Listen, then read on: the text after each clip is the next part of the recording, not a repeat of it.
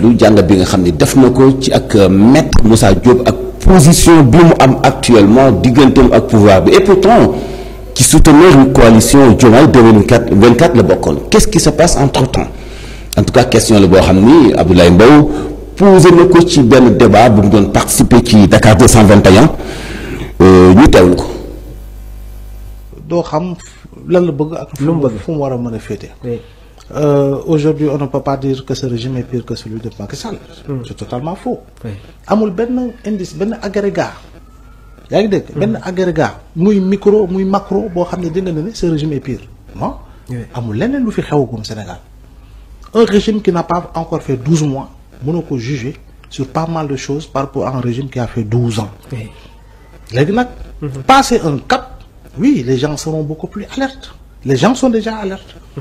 mais quand même am na pour man yenn kàddu yoo xam ne tu donnes l'impression je sais pas peut-être que tu es frustré peut-être que nangam peut-être que da nga ñeme dëgg. mais quand même dëgg bi tamit am na ku nekk nu mu koy gisee man si sama wàllu bopp. man sama wàllu bopp sama dëggi bopp la du dëgg. sama dëgg bopp du dëgg bopp Mamour. mais sama dëggi bopp lay wax man.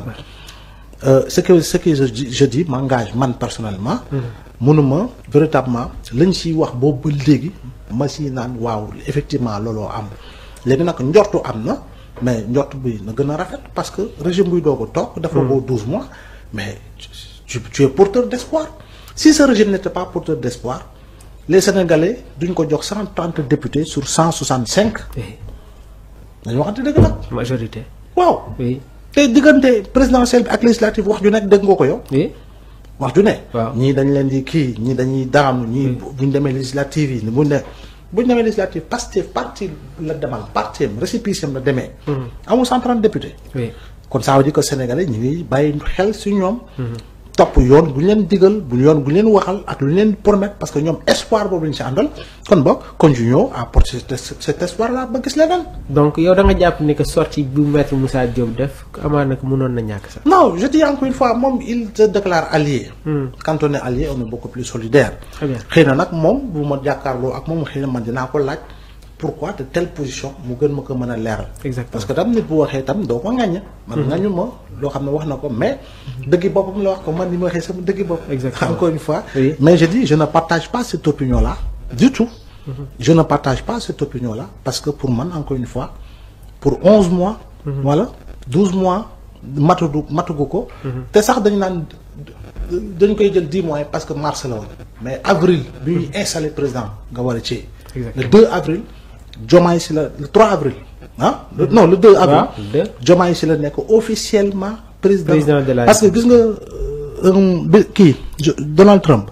bu ñuy bind président des États-Unis de. président élu des États-Unis parce que il sera installé à la date du 20 janvier le 20 janvier lay nekk officiellement président des États-Unis ba tey jii c'est Trump et c'est Biden et son administration. ñooy gérer.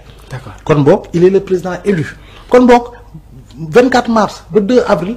C'était le président élu du Sénégal. Le 2 avril c'était le président de la République du Sénégal Bassirou Diomaye Faye. kon boog 12 mois yi matugul. nañu dem nànk-nànk et que yi tamit nañ leen di gën di soññ di leen alerter di leen yëgal si lu ñu dul yëg ak yu demee noonu pour véritablement aller dans le sens de mieux comprendre véritablement les choses. dañuy continuer ba tey notre actualité donc ki nga xamante ne moom mooy Maître Moussa Diop bi tamit mi ngi indi ay critiques concernant le régime qui est en place donc am na ay kàddu yoo xamante ne jot na ko adressé au premier ministre Ousmane Sonko. Professeur, il y a une autre actualité boo xamante ne depuis bërki démb ñu ngi koy waxtaanee muy la sortie de Ousmane Sonko contre beneen sortie bi nga xamante ne le président français Emmanuel Macron jotoon na ko amal concernant le départ de la présence militaire française. Alors ci wàllu boobu tamit. Emmanuel Macron il est piqué par le virus de l'émotion égocentrique. Par l'émotion? Par le virus de l'émotion égocentrique, passez-moi l'expression. C'est un nihiliste frappé par le sceau du nombrilisme délictuel. Emmanuel Macron, il croit que l'Afrique est toujours un jardin privé de la France. Il se trompe d'époque. Oui. Il se trompe d'époque. Macron, président Bouhamadi là, c'est un petit impoli. Sur son discours, on l'a senti cette fois. Non, c'est un petit impoli. il faut dire les choses telles quelles. Tant que lui et les autres insulteront nos présidents, aucun Africain ne doit avoir véritablement 1 milligramme de respect pour eux. Rendons-les les mots. Parlez véritablement les mots. La France a perdu l'Afrique. La France aujourd'hui ne peut plus s'imposer en Afrique. C'est la réalité. C'est la réalité. Oui. Les choses vont s'inverser. C'est une tendance inéluctable. Personne ne saurait et personne ne peut plus arrêter cette marche parce que la jeunesse africaine aujourd'hui est debout. Et c'est une jeunesse panafricaniste. Cette jeunesse panafricaniste-là, le dirigeant africain qui ne le comprendra pas, ne restera pas longtemps au pouvoir.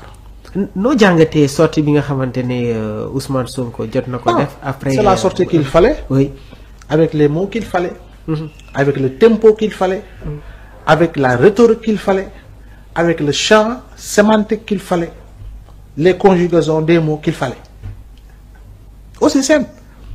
C'est que, comme je le dis, c'est cette époque de la France-Afrique où véritablement des présidents comme Gbagbo ou autres là, des dizaines de millions d'euros offerts gracieusement aux présidents français. Tu t'imagines? Chaque année, la France pompait l'uranium du Niger. Hein? Di jël oru Mali, di tibb Sénégal, di tibb Côte d'Ivoire, di dem Gabon, di dem feneen. Ok, en toute impunité. Mais c'est fini cette époque-là. Et il faut rompre radicalement, je dis bien rompre radicalement avec cette forme de néocolonisation, de néocolonialisme, rompre radicalement avec véritablement ce franc CFA arrimé véritablement au trésor français. D'accord. Il faut rompre. Cette prise de responsabilité de nos nouveaux dirigeants africains, noo koy jàng. Non mais je dis encore une fois, c'est le temps de la révolution.